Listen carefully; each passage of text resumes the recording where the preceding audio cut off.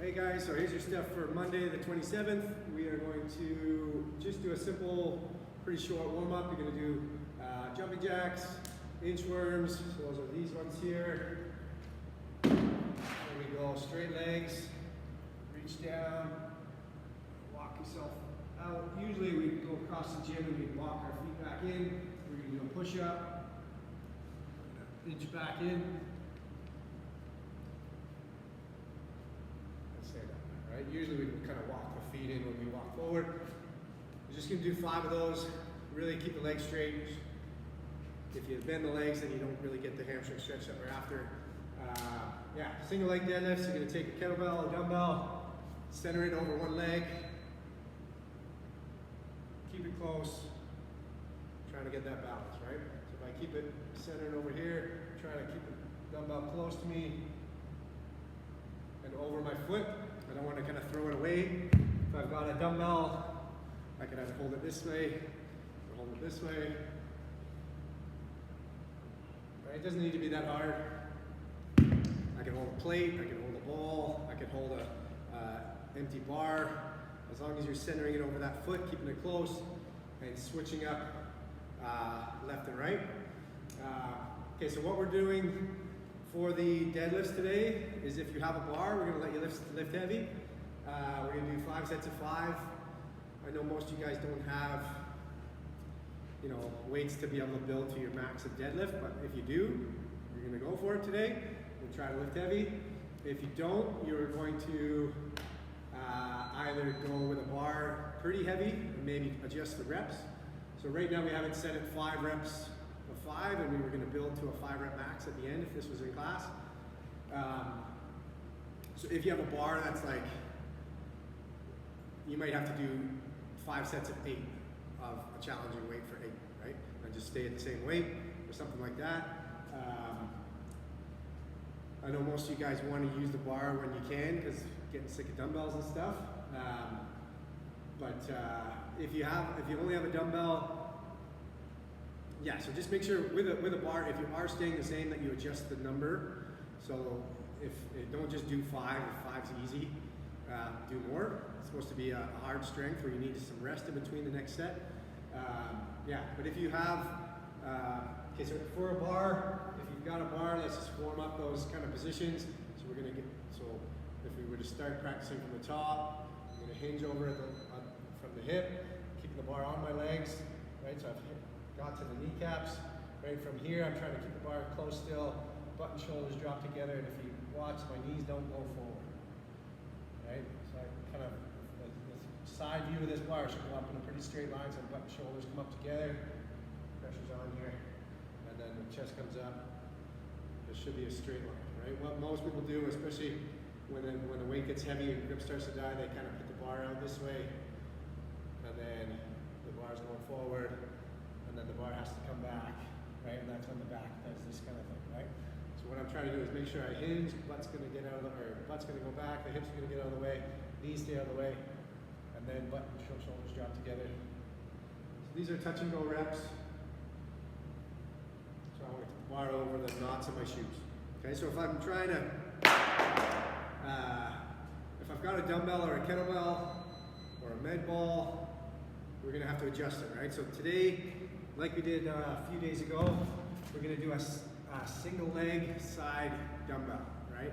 So you could do, if you have 2 dumbbells, you could do a double dumbbell deadlift.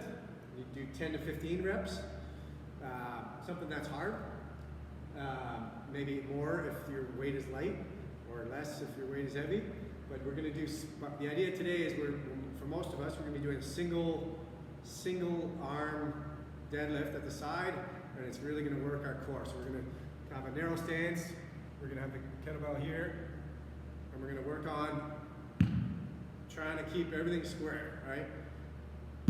So it's really hard to not look like that, right? So I don't want my butt to go to the side, I'm trying to keep everything square. It's hard to keep my body and core when the weight's off to the side. And that's kind of what we're trying to work on, right? So we've got a dumbbell, same idea.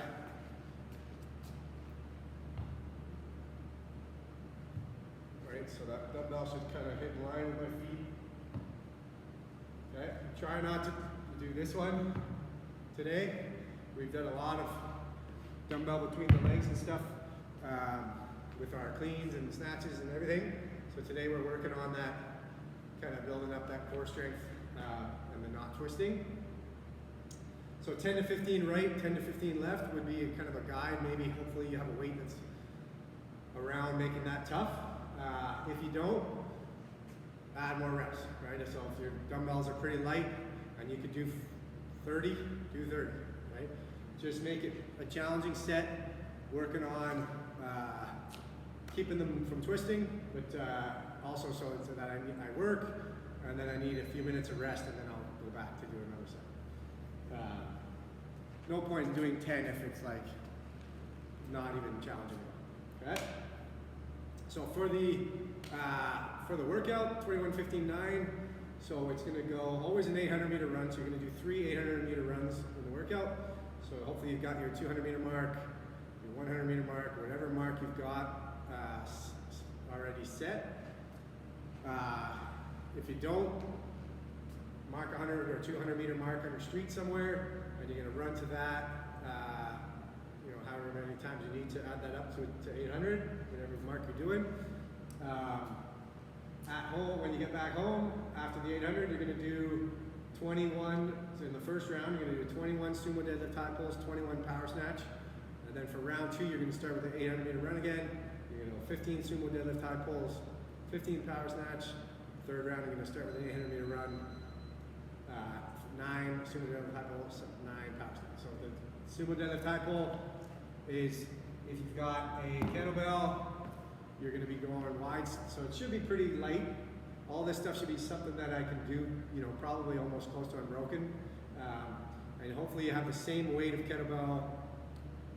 Like if you're gonna do a kettlebell power snatch and a kettlebell sumo deadlift high pull, the weight's the same. So maybe one movement is harder than the other for you, but sumo deadlift high pull is this one here, right? So we're trying to get the butt and shoulders to rise together.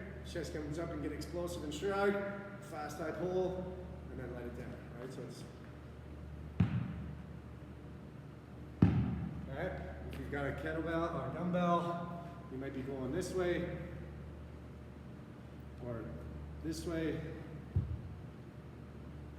Okay, if you've got a bar, you're probably going to be doing with the narrow stance.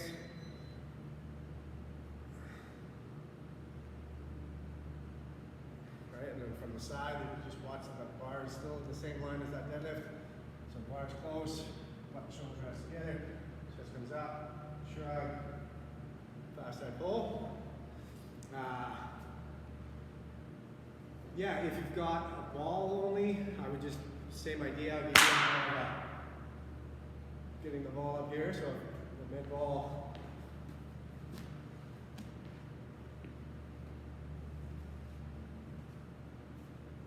Alright, yeah, so try to stick to the same piece of equipment for both, unless you have a lot of different stuff at home. But for power snatches, if you've got a bar, same idea. Make sure the weight's not so heavy that you're not getting many in a row. You want to be able to at least do, like, say, 7, 7, 7 minimum of the 21, right? So we're going to go wide grip. Okay, and we're landing in that little quarter squat. So bar's close on the way down.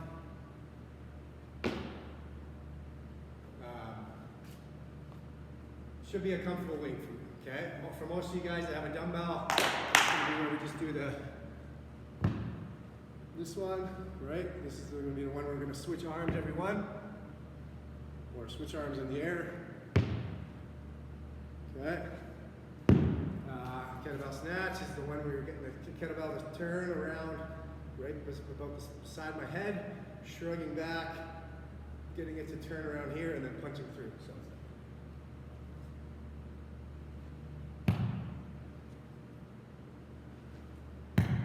Okay. If I have a ball, I think I would do a ground overhead. Okay. 2 arms, 21. Right. So the single arm stuff you're going to do half and half. I know it's an odd number, but you'll will work itself out. Yeah, so should be a good one. Hopefully weather cooperates. Okay, good luck guys.